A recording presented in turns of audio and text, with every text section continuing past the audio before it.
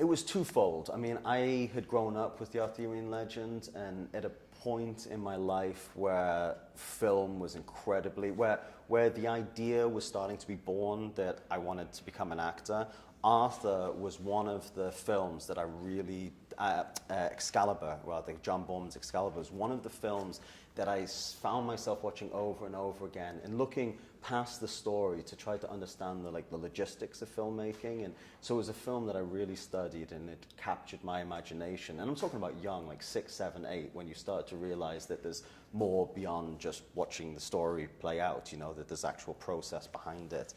And that informed my play as well, because there's a kid playing a lot, so I'd play, you know, Arthur and Merlin and try to get my brother to engage me in sword fights and stuff like that.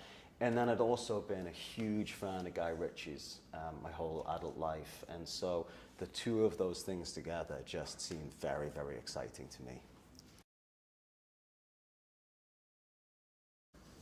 I'd say it's like a young, cool, irreverent rock and roll rendition of the Arthurian legend. You know, there's something about Guy's filmmaking that has a really unique quality, and you know, he deals with male dynamics very, very well, and there's always like a lot of like banter and fun, but at the center of it, he's really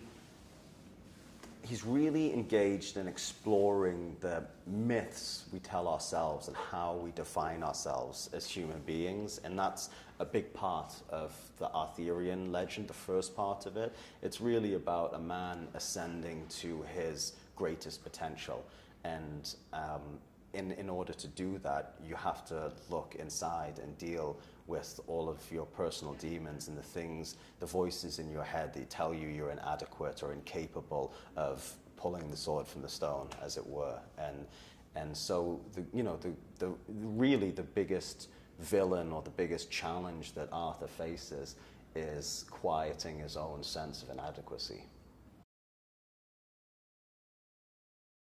I mean, the physicalities was an interesting one.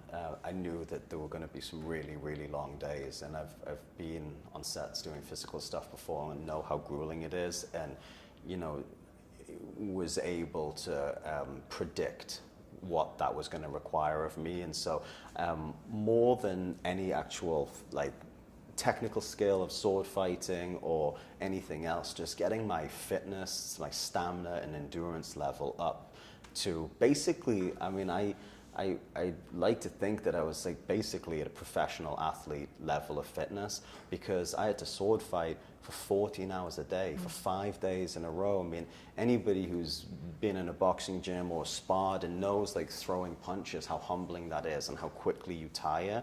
It's really the same thing in sword fighting. So to do that for, you know, 60, 70 hours a week is a really tall order. So I did an enormous amount of cardio to get myself to that fitness level. And then it's funny with the dialect too. It's like I've been acting and living in America for so long and acting with American dialects and putting an enormous amount of time and energy into trying to learn an American dialect and get it as flawless as I can, that by the time I got hired to return back to England, I had adopted just naturally a lot of those cadences and inflection. And so I hired a dialect coach to help me get back into the right rhythm of British speech. But also, I'm from the north, and this obviously it takes place in London in the south, and those are very, very different dialects. So even the English that remained in my dialect wasn't appropriate for this, so had to work hard. I mean, it's very exciting, and of course there's an element of it that makes it easier to suspend disbelief, to project into that. The environment helps a lot with that, but it also made me feel a level of responsibility that so much money and time and love and expertise had been put into creating. I mean, there was almost no CGI in this, no green screen in this film. Everything was actually practically built at an enormous labor and monetary cost. And so to show up and see that like thousands of hours and thousands and millions of dollars had been put into creating an environment for us to go and act in, like gave us a sense of real responsibility that had to honor all of that hard work and do our very best work. I mean, the thing is with actors, we're all so grateful to be in the position we're in, or the 99% at least, that everybody tries to do their hardest every day. But when encountering that, like, that type of thing where an exquisite environment has been created, it just brings that into even clearer focus, how lucky we are to be there.